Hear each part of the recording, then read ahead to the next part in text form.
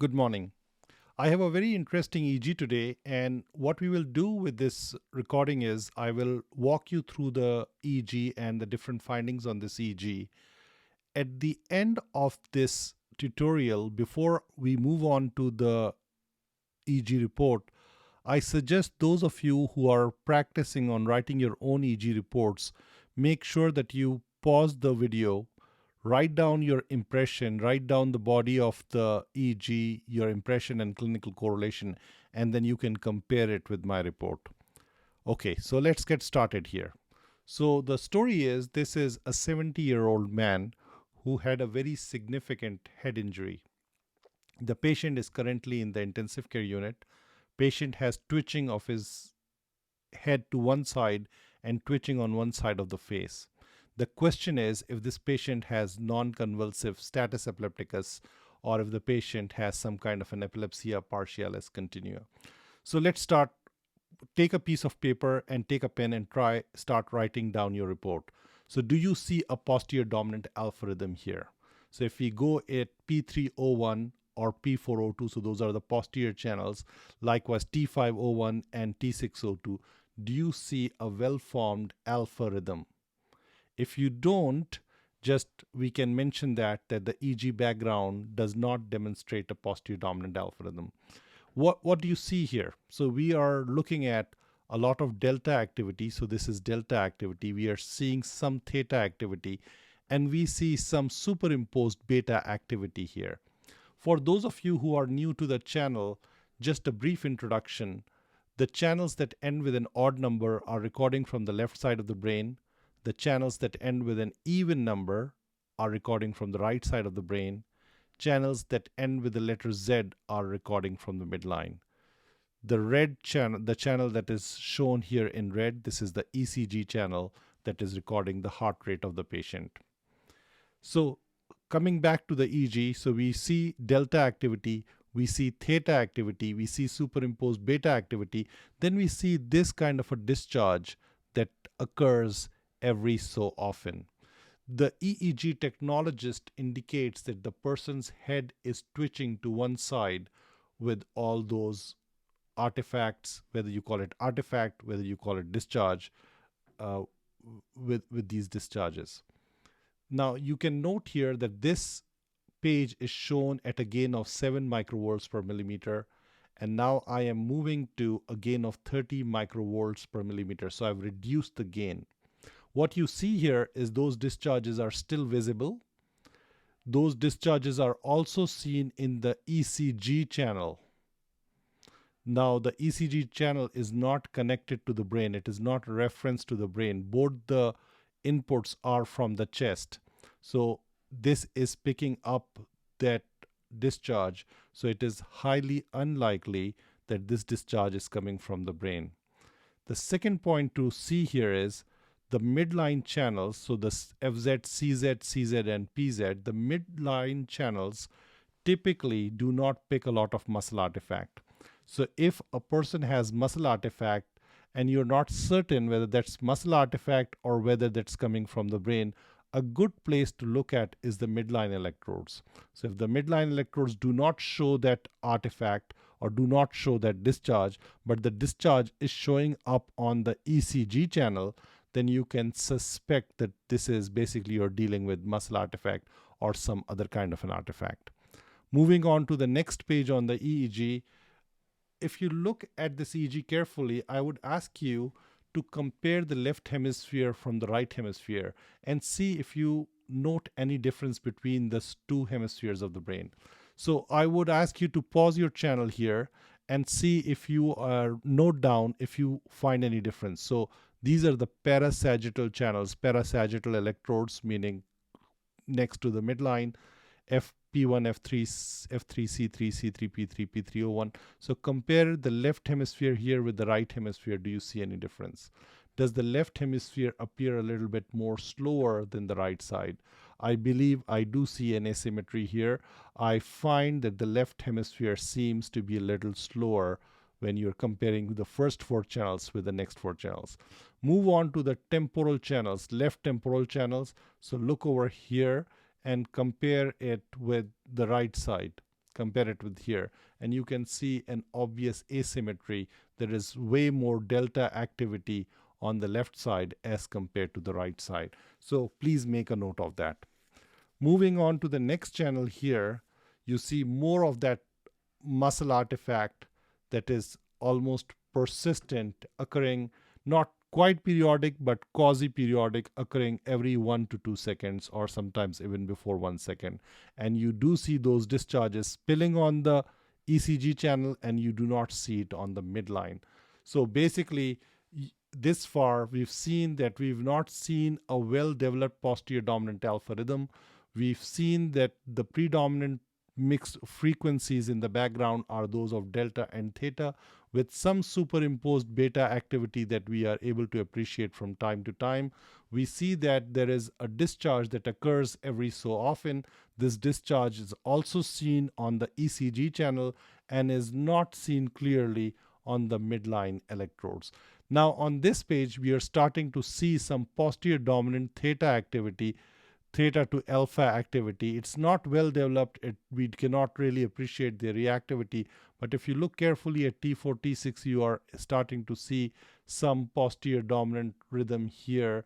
You're starting to see it more on the right side, a little bit more clear on the right side here. Edmonton these days has beautiful fall colors. So this is just one shot from our neighborhood that I thought I'll share with you. Okay, moving back to our EEG. So here the technologist notes that the patient's eyes are open, and you are able to see the asymmetry in the slowing that is on the left side. You are starting to see some posterior dominant rhythm that is showing up here, more prominent on the right side, not as much on the left side, more prominent on the right side.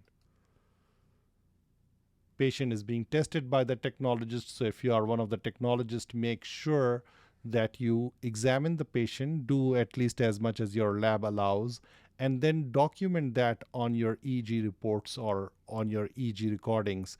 So the physician or the EEG interpreter, whoever is looking at it, knows what's going on in the background. So you can only guess so much by looking at the EEG. Notes and annotations from the technologists are extremely useful. So if you are a technologist, make sure you make the annotations. If you're not a technologist and you work with a technologist, encourage your technologist to make sure that they do make annotations. This is the previous page. On a lower gain, you're able to appreciate the muscle artifact. You're able to appreciate the artifact spilling on the ECG, and you can see that the patient is being tested right there. This is one more page here. You are able to appreciate some alpha in the posterior dominant regions, more so on the left side, more so on the right side, not on the left side. So you can see some alpha here. You see the slowing on the right side. You see some alpha-ish frequencies there, and you see the slowing there. The muscle artifact continues throughout. And so basically our bottom line is this is muscle artifact, not epileptiform discharges, not an electrographic seizure. Now at this point, I would want my viewers to pause your video, take a piece of pen and paper, or if you're just typing it on your computer, type it off, write an EEG report. You will not learn reporting EEGs unless you start reporting the EEGs. And you can be given just 8 or 10 pages, or you can be given 2 hours of EEG recording.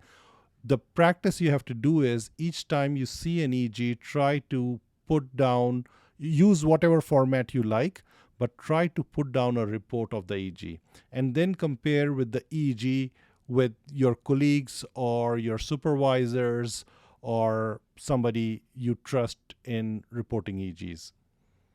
Okay, so moving on to the EEG report. So the description. The EEG background did not demonstrate a well-developed occipital alpha rhythm. Infrequent periods of posterior dominant alpha and theta activity, however, was noted on a few occasions. You can add here that it was more prominent on the right hemisphere.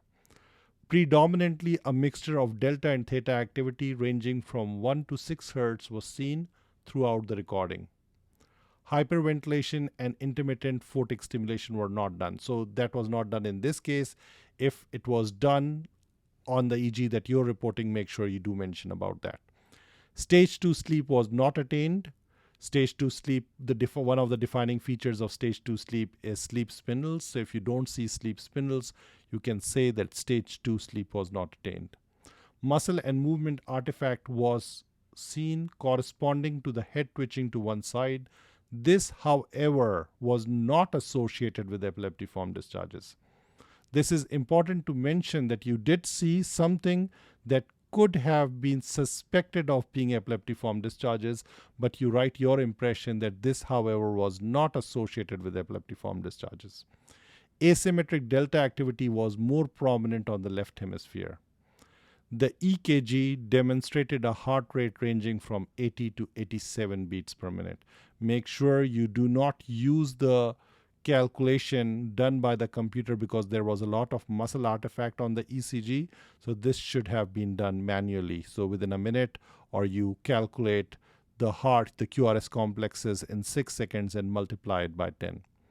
So your interpretation here can be broken down into impression and clinical correlation. So our impression for this particular EEG is that this is an abnormal EEG secondary to diffuse generalized slowing. You can add that the slowing was more prominent on the left hemisphere. Head twitching to the right was seen throughout the recording. This was not associated with electrographic seizures or epileptiform discharges on the EEG. Now keep in mind that we have to emphasize that absence of epileptiform discharges does not rule out ongoing seizures. So our clinical correlation based on the questions that were raised is that these findings are suggestive of a diffuse or bihemispheric disturbance of cerebral function. If clinically indicated, a toxic, metabolic, or diffuse structural abnormality should be ruled out. Absence of epileptiform discharges does not rule out focal seizures or epilepsia partialis continua. So if their concern was whether this person has non-convulsive seizures or not, the EEG does not necessarily rule it out or rule it in. They have to make a clinical judgment. So when I see somebody with a video recording, I do sometimes will put down, as an epileptologist, I will put down my impressions based on what I see on the video. But on the EEG, we did not see an electrographic seizures. And this is something that you need to emphasize to the person requesting the EEG. Thank you for your attention and all the best in your EEG interpretations.